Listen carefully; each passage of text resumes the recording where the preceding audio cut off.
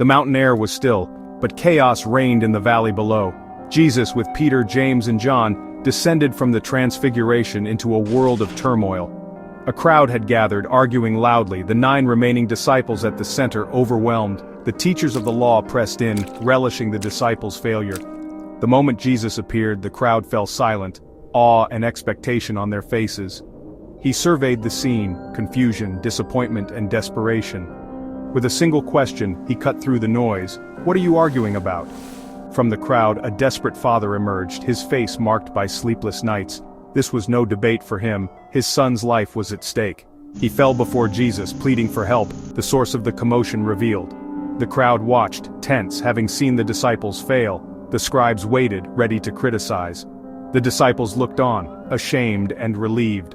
The father clung to a fragile hope, his last chance standing before him. All eyes fixed on Jesus, the calm in the storm. He stood ready to confront the darkness that had defeated everyone else. The air was thick with anticipation. Would Jesus succeed where others had failed? The father's desperation had drawn the crowd and exposed the limits of human power. Now, everything depended on what Jesus would do next. The valley held its breath. The father's voice trembled as he spoke. "Teacher, I brought you my son. He's possessed by a spirit that robs him of speech." The boy's eyes were distant, his suffering obvious. The spirit seizes him, throws him down, makes him foam at the mouth, grind his teeth and become rigid. This torment had haunted them since childhood. Years of fear, sleepless nights and helplessness weighed on the father. He had tried everything, even the disciples, but they could not help. His hope had turned to disappointment, his pain now public. The scribes mocked, the crowd gawked, and the father stood exposed, desperate. He had reached the end of his rope. Now, before Jesus, he made one last plea, not just for healing, but for an end to the nightmare. His love for his son was all he had left. Would Jesus answer?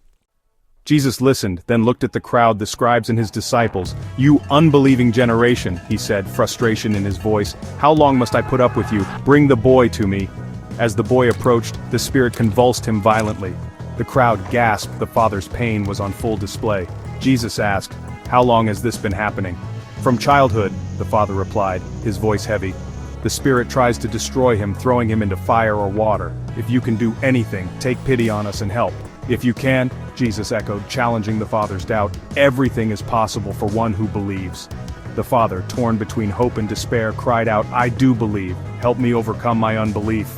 It was a raw, honest confession. The crowd waited, breathless. The father's faith, though fragile, was real. Jesus was about to answer. As the crowd pressed in, Jesus acted. He commanded, "You deaf and mute spirit, come out and never return."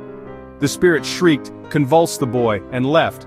The boy lay still, so still, many thought he was dead. Jesus took his hand and lifted him up. The boy stood, whole and free. Relief and awe swept through the crowd. Later in private, the disciples asked, "Why couldn't we drive it out?" Jesus answered simply, "This kind can come out only by prayer." It wasn't about technique, but dependence on God. True power flows from trust and connection with Him. The lesson was clear: faith is honest, prayer is essential. Even in doubt, bring your heart to Jesus. The greatest battles are won on our knees. In the end, it's not our strength but His that sets us free.